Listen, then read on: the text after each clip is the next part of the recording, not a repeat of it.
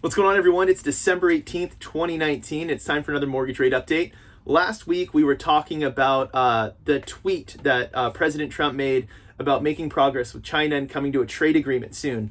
And I was right on my prediction on that. So we saw rates drop based on that news, which was really based on nothing but a tweet, and then it recovered.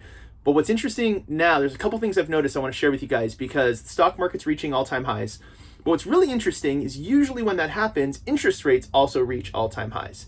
But interest rates are staying at the all-time lows, which is awesome. In 18 years, I don't remember ever seeing this happen. So really cool timing for both the stock market and the mortgage market, the mortgage rates. But today's kind of a pivotal day, and I'm going to show you why. This might be the best we get, and rates may be headed for the worse short term. I think there's a lot of news that will lead to potentially lower rates next year, but no one has a crystal ball.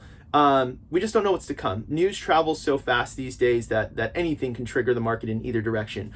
So let's jump into the data, and I'll show you what I'm seeing, this pattern that I've noticed, and why I'm keeping a very close eye on these patterns for my clients when we're looking at trying to get them the best interest rate. Let's take a peek. Okay, so what we're looking at today is mortgage-backed securities, not the 10-year treasury like we normally do, because I want to show you the patterns I'm looking at. So just short term, we're doing about a 3-month look back here on mortgage-backed securities. And remember, with mortgage-backed securities, up means lower rates.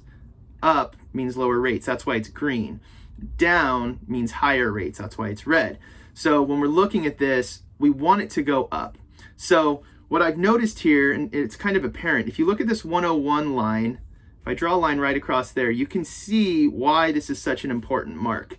We've touched this line multiple times in the past. It's acted as a floor for us, and in this case, a floor is preventing rates from going even higher. And we hit it today, and we bounced off of it. You can see that this is the day that we had the tweet from President Trump about China. We ended on it, which is really interesting. But look back here in October, right? So we touched it 1, 2, I'm going to call it 3, 4, 5, 6, 7. You can see how important that line has been, right? Well, today we touched it and we bounced off of it. If we break below that, there is room for rates to get worse. But when we say worse, it doesn't mean dramatically worse. This is short-term thinking, right? So if I go again, like I always do, let's go out 2 years and see where rates are. Up is good, right? So up is a good thing when we're looking at mortgage-backed securities for interest rates.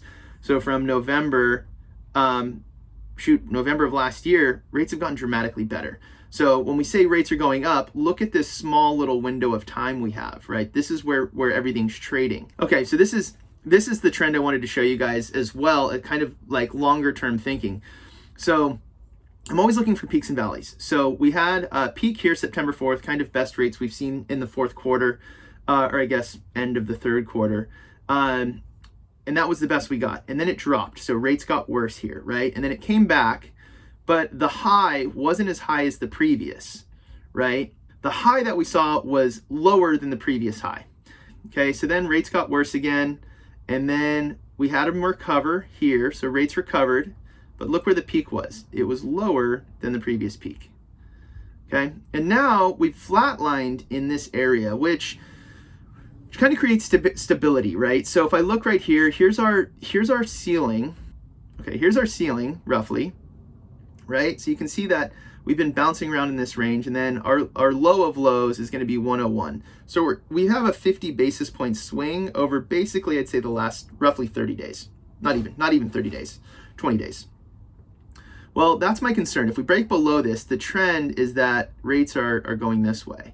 So if I take the most recent high, which was here, it's trending for the worse. So what do we do in these situations? Well, we can gamble, like we're going to Vegas and play the market and see where it takes us. I tend to be a little more conservative. If rates are at the best levels they've been at in the last 2 years, basically 3 years, I don't want to gamble. I'd rather take advantage of it here. And then if rates do get better after I close my loan, I can refinance. So if rates do get better next year, June, July, August, September, whenever that's going to happen, I just refinance and take advantage of it again. You're never stuck with what you have. But I'm not a fan of gambling, especially when it's interest over 30 years on your highest asset, right? So your mortgage is an asset, I'm going to call it, because that's what got you your property that's earning you appreciation over time. I'm leaning towards locking in interest rates, just looking at how narrow the trading range has gotten over the last 20 days and that we've reached a peak, and the next peak was a little lower, and the next peak was a little lower. It's trending slightly worse. Not bad, though.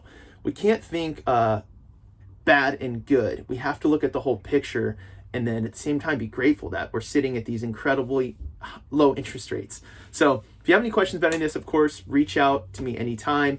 Leave a comment below. I'd love to chat about it. I love talking about all this stuff. So let me know how I can help. Thank you guys so much. Any questions, happy to help anytime. Cheers.